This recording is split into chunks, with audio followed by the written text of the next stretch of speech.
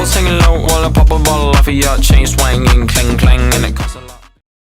Salam sejahtera untuk kita semua. Hari ini saya mewakili kelompok saya, kelompok 4, akan mempresentasikan hasil diskusi kami yang berjudul tentang jenis, fungsi, dan peran wirausaha.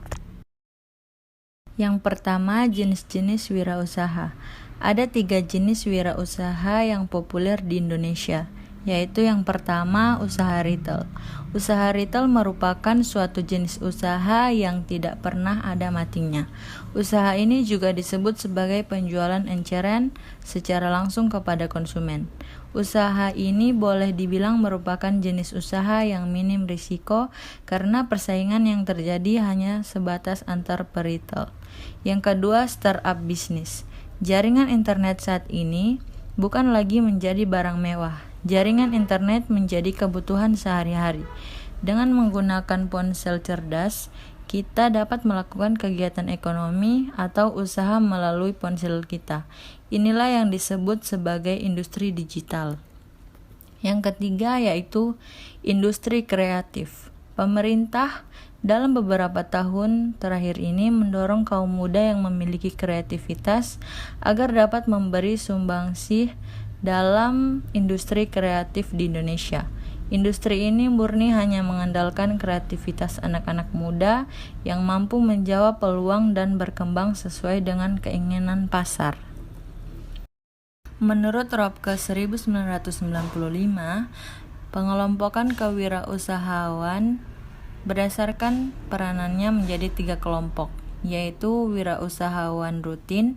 Wirausahawan rutin yaitu wirausahawan yang dalam melakukan kegiatan sehari-harinya cenderung berfokus pada pemecahan masalah dan perbaikan standar prestasi tradisional. Yang kedua, wirausahawan arbitrage.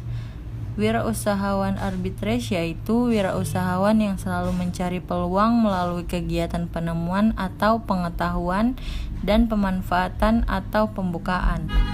Yang ketiga yaitu wirausahawan inovatif.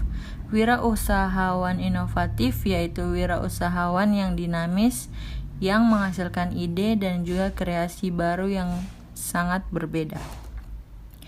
Menurut Thomas Zimmer 1996, wirausaha berdasarkan profilnya dibagi atas 4 kelompok, yaitu yang pertama part-time entrepreneur, yaitu wirausahawan yang hanya setengah waktu melakukan usaha, biasanya sebagai hobi. Yang kedua, home-based new ventures, yaitu usaha yang dirintis dari rumah atau tempat tinggal. Yang ketiga, family-owned business, yaitu usaha yang dilakukan atau dimiliki oleh beberapa anggota keluarga secara turun-temurun. Yang keempat, compreneurs, yaitu usaha yang dilakukan oleh 2 orang wirausahawan yang bekerja sama sebagai pemilik dan menjalankan usahanya bersama-sama. Berikutnya, fungsi wirausaha. Ada 2 fungsi wirausaha dalam perekonomian, yaitu sebagai berikut. Yang pertama, fungsi makro. Secara makro, wirausaha berperan dalam ekonomi nasional sebagai penggerak, pengendali, dan pemicu perekonomian suatu bangsa.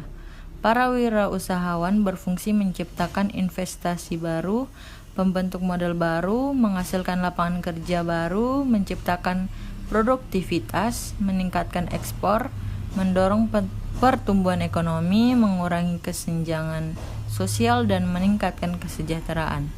Wirausahawan berani mengambil resiko, memimpin dan mendorong pertumbuhan ekonomi. Yang kedua yaitu fungsi mikro. Secara mikro, fungsi wirausahawan dalam perusahaan adalah menanggung resiko dan ketidakpastian, mengombinasikan sumber-sumber ke dalam cara yang baru dan berbeda, menciptakan nilai tambah, menciptakan usaha-usaha baru, dan menciptakan peluang-peluang baru. Selanjutnya dilanjutkan oleh teman Tiara. Yang berikutnya, peran wirausaha. Wirausahawan mempunyai peran yang sangat tinggi dalam melakukan wirausaha. Peran wirausaha dalam perekonomian negara yaitu yang pertama, menciptakan lapangan kerja. Yang kedua, mengurangi pengangguran. Yang ketiga, meningkatkan pendapatan masyarakat. Yang keempat, mengombinasikan faktor-faktor produksi seperti alam, tenaga kerja, modal, dan keahlian. Yang kelima, meningkatkan produktivitas nasional. Menurut Marsyuki Usman 1977, secara umum wirausaha memiliki dua peran, yaitu sebagai berikut. Yang pertama, sebagai penemu. Wirausahaan yang berperan sebagai penemu adalah wirausahaan yang berperan dalam menentukan dan menciptakan produk baru, teknologi baru, ide-ide baru, dan organisasi usaha baru.